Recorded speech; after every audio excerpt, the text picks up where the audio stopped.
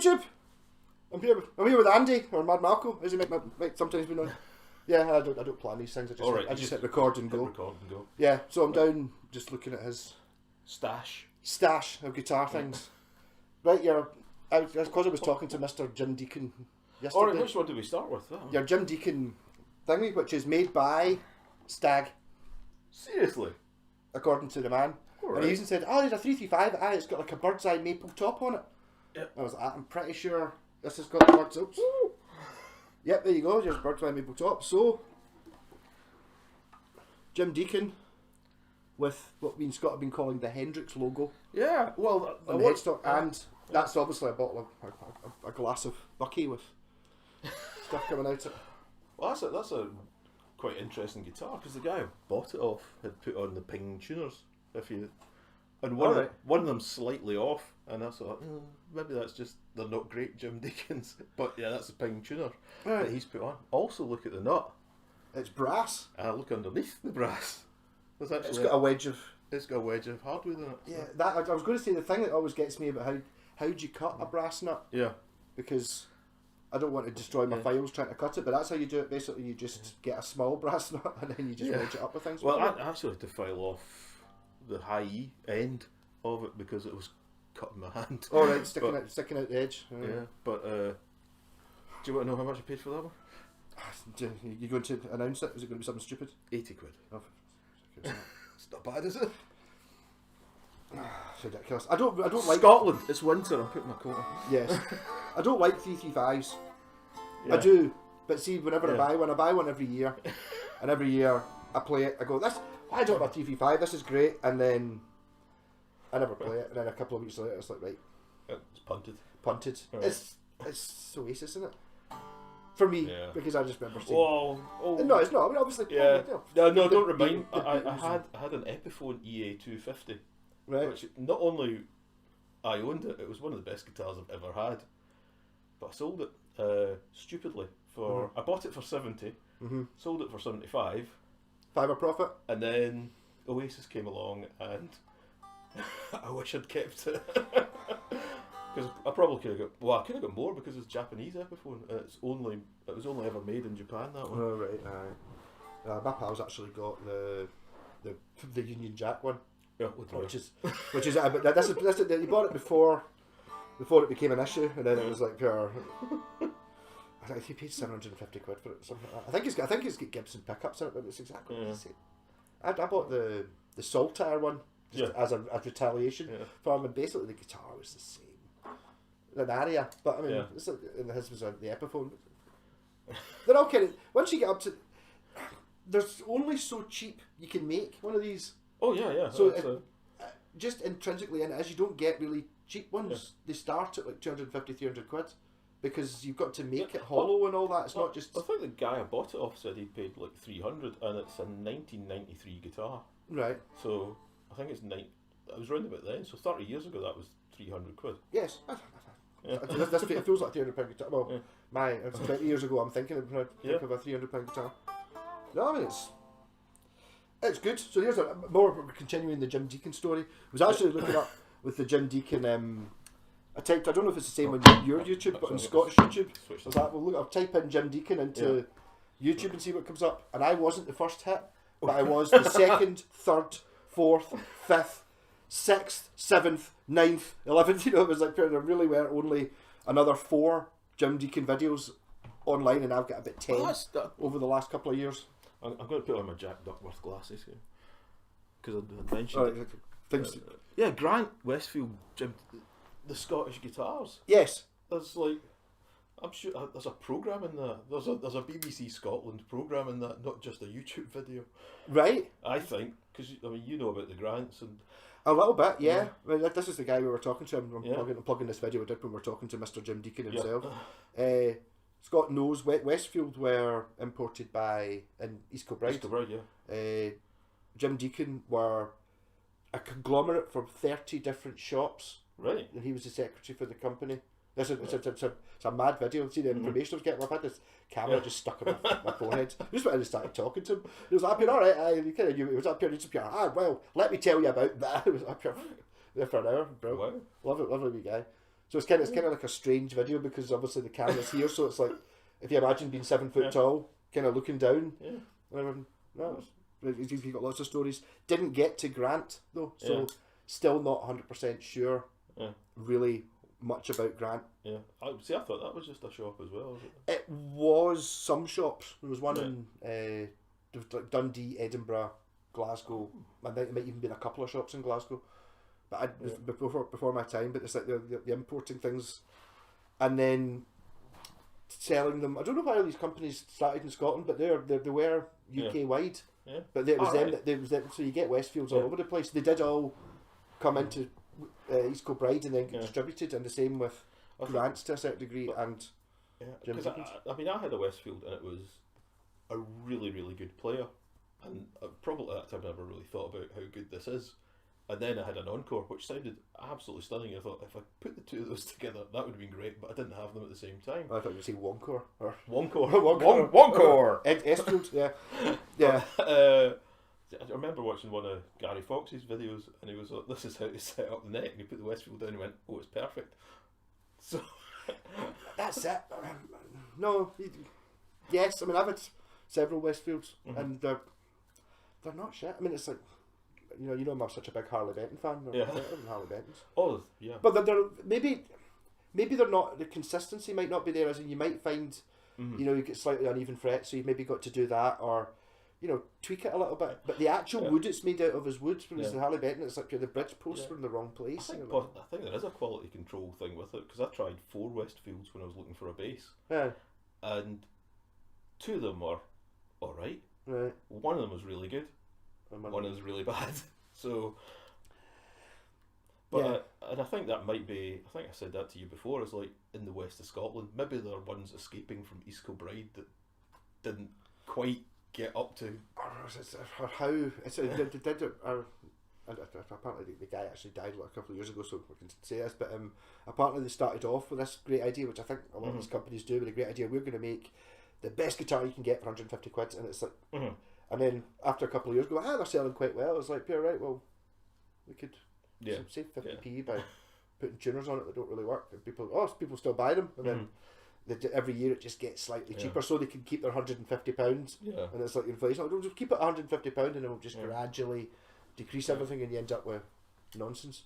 But I think I found it interesting about your video on the Jim Deacon with the, as you call it, the Sharpie logo. Yes.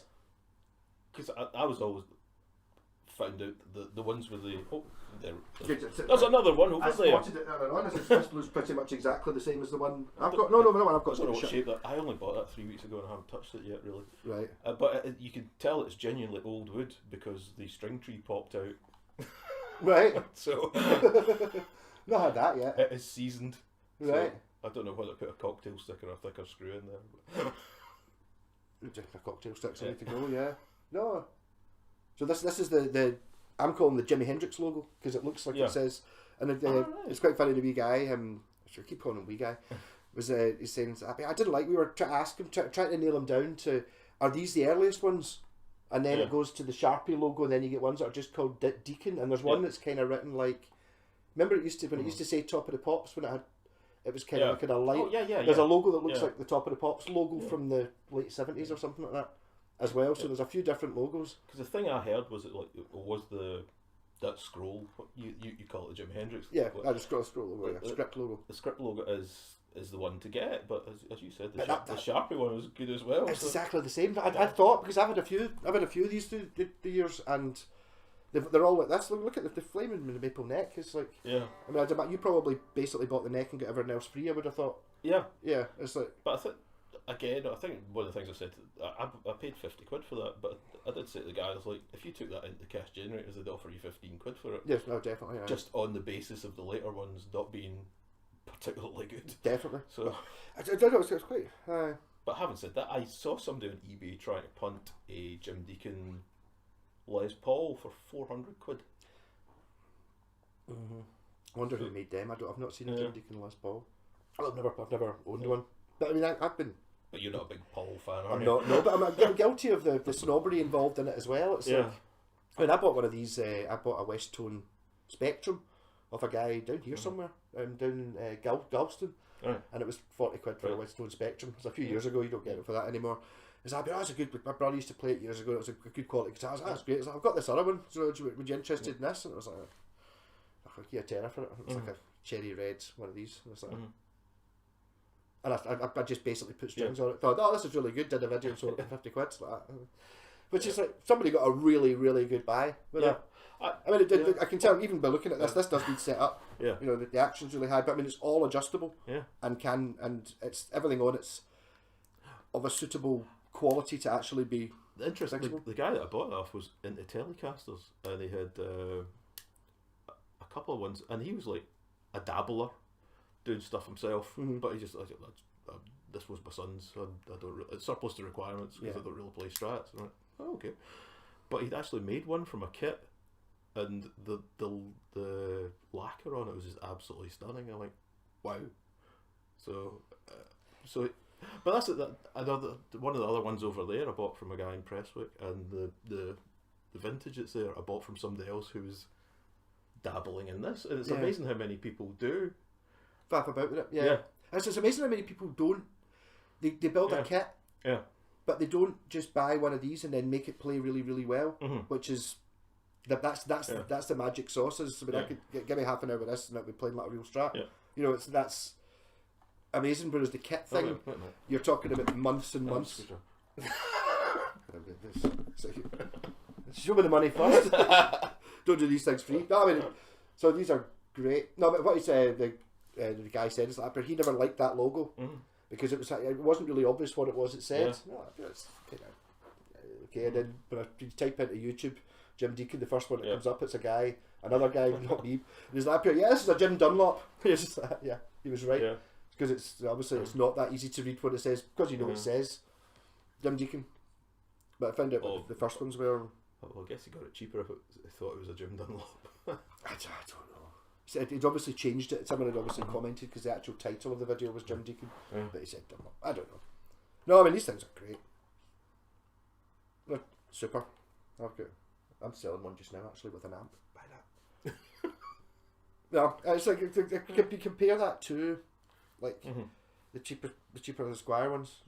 Mine's better. Or you compare that to like a Harley Benton, it's better than the best Harley Benton because look, the bridge is in the right place. I think that's why I got rid of the Westfield. I'll go and grab this one. Cool. We're just cycling through these, see what happens. The Heart Foundation logo on it. Right. Because I bought that mirror scratch plate. There you are. You do that and see if we could go through time. Go meta. Yeah. me looking at you, looking at me, looking at you, looking at me. Yeah. Yes, you've gone quite overloady on the chrome. Yes. And you get that kill switch. Yeah, which is in completely the wrong place. So I'm going to move it. The place to put it there, I think. Yeah. But I don't know. I've never had a guitar that's had a kill switch for long enough for me to actually learn how to use it properly. Yeah. It's the same. If I find this a wee bit the same with tremolo arms, I'm not very good with them because every guitar, the tremolo arms, is a slightly different place. So you're always like, But I think too many guitars. The thing I like about that was, it's got a was it YN? Yes. So that's. Yes. So where was it made? It says made in China. Yes, but it was made in Taiwan. Weirdly enough, I've had somebody argue with me about that. So. Yes, no, they are. No, it was because I bought one. It's actually, I think someone's actually said it was painted like the AT-ATs from Star Wars. Yes. So I painted it grey and put like a logo on it, and it was like some guy bought it and was like, that's one of the YN ones. I can't believe I found a YN one for this price. I was like, YN? Yeah. But I mean, the thing was, there's virtually no Squire left in that at all now. Still, you've got a YN's neck plate. There you go. So it's aftermarket neck. Yeah. I know these. Aftermarket everything. Yeah. The bridge and the body and the socket are still original Squire, but everything else has changed. These are I do like the string trees are the same. I do like these necks though. These are the ones I bought. I got 4 or 5 of them in China from the what were they called? The company was Ashton. Oh right. Their showroom thing in Shenzhen, and it was like I looked to buy some necks, and they came out with a big box the size of that table of just necks, and it was obviously all rejects. Right. So you were looking through them, and it was like, oh, look at this one. Oh, look, the nuts chipped. That's why it was... Really? Yeah, so I the ones I had like, you know, the nut was a wee bit chipped, and then the other ones you looked at, they were like that. You know, ones with frets missing and stuff, but I kind of looked through them all. There was one that I really wanted, was Jelly Belly. Remember your Jelly Belly jelly beans? Yes, yeah. It had like, it was like a pink headstock, like a sort of pinky purple headstock, and the logo perfectly put on it. And it was like, pure, that's really cool, but the neck was like, it was all over the place. I think well, that's had work done on the frets, but yeah. okay. I think he worked. I think he's at Merchant City Music now, but this is before that. He's doing Darren. Hello, Darren. Hey Darren, I like Merchant City. We wouldn't say nasty things about Merchant City. I like them. I always like them. Well, I always like them. He's a big guy with long hair, and he does guitars. All right. Competition then. No, I like to make. This has got a very similar neck to the Jim Deacon. See that super glossy. Mm-hmm. Well, I thought that was painted tint on, but I actually looked at it and it does seem to have different grain. So the stripe. Yeah. I bought you know, the George Harrison rosewood one. Yes. I bought one of them in China, and in the picture it had the rosewood neck with a maple stripe on it. Right. Yeah. Ooh. And then when I bought it, it was it was just this neck that had all been stained. All right. Bummer. Oh well. It looked apart. It looked apart, and then Harley Benton brought out their one. Mm-hmm. It's like pure. It's just a similar sort of thing. No, I mean, you can't beat a good parts caster. Yeah. Your vintage inaccurate 22nd fret. Oh. That's just what I was going to do. I've got a 20 watt. I didn't realise this. You remember Telecasters and Stratocasters and put the neck on. If you got 22 fret with a tang, it'll go over and it'll hide the little gaps. All right. Yes. Okay. Yeah. But I also had. Here's one. Don't buy, kids. Is a cheater. You come across them? Yeah, they are. Yeah, they're bad. Yeah. Because I thought I remember buying a bass for $5 at one point. The body was really nice. Yeah. But then I took the neck off, and the neck actually went 22 frets to the heel. Because I was going to. Right. And I go like, well, I can't use that. I thought that's pretty strange. I think it must be an older thing, because obviously now they're just going to make. I mean, the neck pocket thing. Yeah. They're just going to copy that, make them so that you can use anything. It's because it'll just be. I mean, all these. This neck will be the same exact neck that you get on Squires. It'll be identical from the same place. It's just going out a different door for a different distributor. Well, another one that I got was Nevada by Tanglewood. Yes. I took that, and I was going to do a surfy thing. I was going to put like gold and I had was it? I think it was that neck. I think originally it was that neck that I was going to put on it, right. And I found there was just enough wiggle in the neck pocket to make it not right. So I thought, it's not like you can shave it down. You would have to actually pack it in some way. I thought, no. So I basically just put it together. My mate Alan's got that now. So yeah, no, it's like that. I think no, it's like the ones you look at. I mean, the thing is, these the Cheetahs and your Nevadas and what was the other one you said? I think that was it.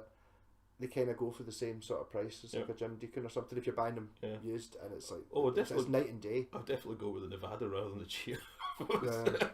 Yeah. It's not. But another thing, the thing about that was the guy that I bought it from had super glued the knobs on. So I just like taking the knobs off, like pulled out a shaft, broke a shaft. Yeah, that's like Gibson. That's a Gibson. My SG. Every SG from the year mine was, I've ever seen has got like you get the silver bit that says tone and volume on it. Every one you ever see has always got that bit missing from one of them, and a chunk out of one of the knobs. And the reason there's a chunk out of one of the knobs is because somebody's lost the top and they've tried to take it off. And basically to get the knobs off my Gibson, Monkey Wrench just crushed them and they're brittle because they come factory glued onto the thing. So if you do, as you say, try and wedge them off, you're just going to pull the shafts at the pots.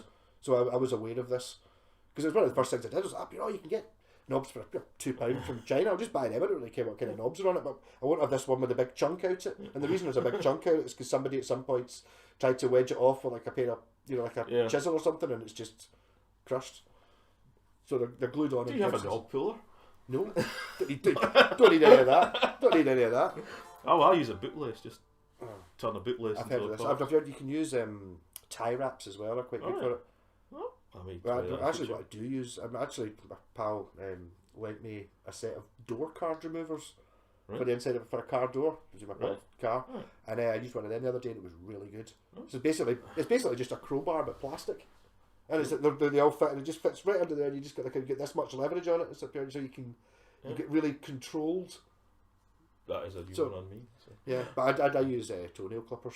The handle of my toenail clippers has got a wee wedge on it. It's just you have to put under it, and you just kind of put it under at 10, turn it around a wee bit. As you turn it around, it just goes, comes off. At least that's the plan. The thing I was going to say, neck pockets was the thing that became the buckle. Oh right, yes. Right, yes. Which was, I might even have this on my phone right now. Yes, I found that. Yes. This is why you should do a bit of research. I can't actually find it. I found it earlier this morning. I got that guitar, and it was one of a neighbour around there, and they'd come around looking for a socket for the lawnmower to get the lawnmower blade off, and they were in my hut and they saw a strap body hanging up. And said, "Oh, do you do things with guitars? I've got one of those." And it wasn't. It was a bass. Right. And left it in the porch, and I've got the thing saying, "Oh, I found it now," and then 19 minutes later, it's completely in bits. So from it being in my porch to me sitting here, I had taken it apart in 19 minutes, and shouldn't have. I should have measured things, because the neck pocket, as you discovered, is completely wrong. So. Yes, I did fix it. I don't remember exactly what I did with it. Yeah, I was like talking about. Yeah, I went to. Well, you had to just put it back together, because I was going to put like different stuff on it. And all right, okay, yeah. Nothing fits. No, it's a Zenta. No, it wasn't a Zenta. It was a Tesco. I think it's Tesco, like in Sensei.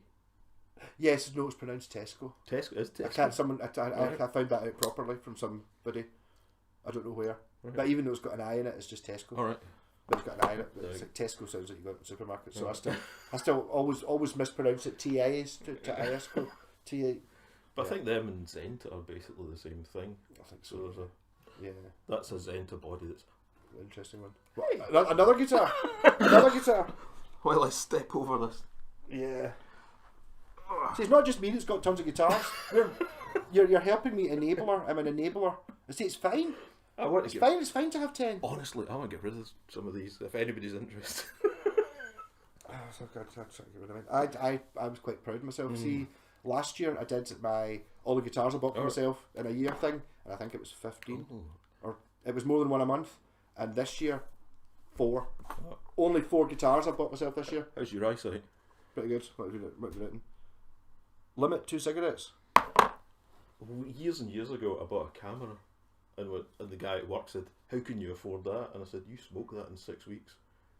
So I've set myself a limit as like, instead of 20 cigarettes a day, 2 cigarettes a day would be over £400. So that's like my limit for. You roll your own, don't you? I only relatively recently I had to, but I mean, it's like it makes some difference. But so like, people go, "How have you got so many guitars?" I'm like, "Well, I don't smoke." So. Yes, no, it's definitely a thing. And also, I buy them for £10. There is that as well. There's more to it than that, though. It's not like, you get told, you're lucky. It's not. You've got to be out there and aware that so people know that you get someone knows it's you and blah blah blah, and you're looking up and you're willing to drive a bit or do that bit of legwork to actually get it sweeped up. People, I think. Nice acoustic string you've got there. These are all acoustic strings. That's a nice new acoustic string that I can see. It's about 4 times the brightness of the other ones. That's quite square. That's the thing. I think the thing about that Tesco Zenta bass, nothing quite fits. And again, I looked at this and thought, was this a homemade thing? Because that's got no contour on it at all. Right. And so I'm like, well, if somebody would not go to why would they put a belly curve on it? And I thought, and that's just strange. And it's also got that little heel on it there, which you wouldn't normally get. All right. Okay, no, you're right. So it's all a bit strange. But this was done with that's Danish oil. Oh, well, what's in this? It's an encore neck that's on it. Right. Which came off another guitar that's sitting over there. And That's the guy that I Encore just sold Electrics, the Hello Kitty guitar to. He's like, I make parts casters. Yes. Nice. Is that, yeah, so good. All the ideas. Well, I think my idea is just take the electrics back out, take this. But that one, do you think that one looks so interesting, the one over there? Yes. Yeah, we'll get to that in a minute. Yes. But this is that's Danish oil. But it's not great, to be honest. Kind of looks like, it's light. It's very light. But that's, as I say, that's a Zenta button. But an Encore neck, but Encore are good as well though. Yeah. It's quite a chunky neck though for I think. So it's like a Telecaster neck. Yeah. Yeah. But I think these things have all homunculized or homogenized now. Yeah. Where it's like, oh, well, that's the thing. So that's got the black pickup covers on it, the one over there.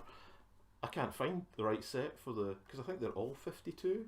right, yes, I don't know how. So I think the Squires were 52, 50, 50, and all the modern ones from China are all 48, 50, 52. Right, yes. What are we talking about if you're not into guitars? Pole piece spacing, yes, totally. No, it's annoying. I mean, I've had that with in fact, the red knobs are on the Variacs. It's like you get the set of them and it's like they don't match anything. It's really annoying because they're red, so what you have to do is you have to buy a second set. No, I mean, if you go back to when Jimi Hendrix had his Strat for all the best Strat sounds, all the three pickups were the same.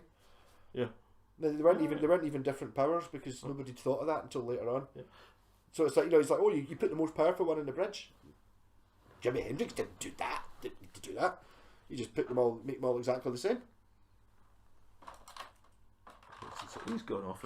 I just had a thought. Just before you came round. I had a thought about how do you get I just do that.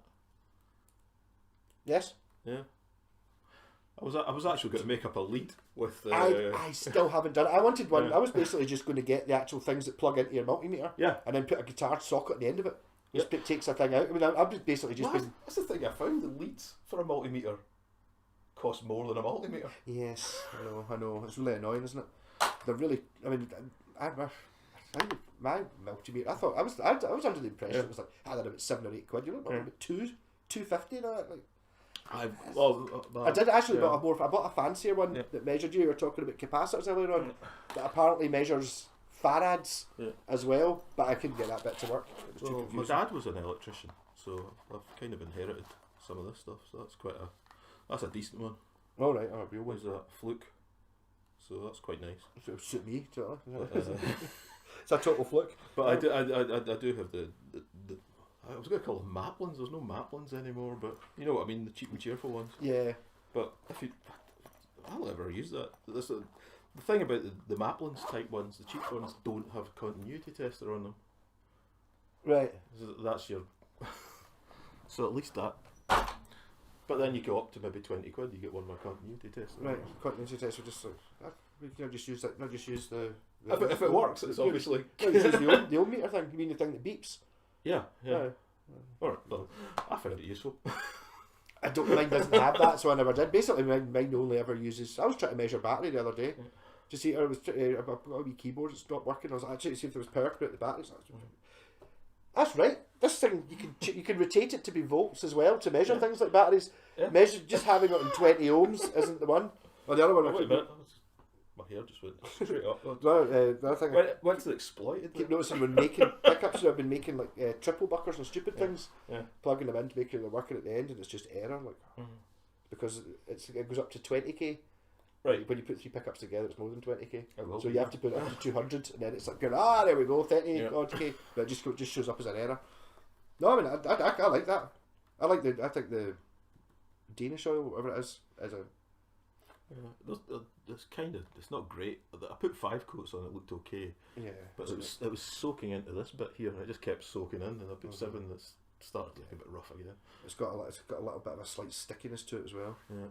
I mean, you just varnish that afterwards? I don't know. Can you varnish over oil? I think you can lacquer over it, yeah. Is that possibly? I don't know. As I say, I was going to take this apart again and put it all back as an encore and just leave the body. No, you got to use the body. The body's the best bit. Yeah. Oh right. Well,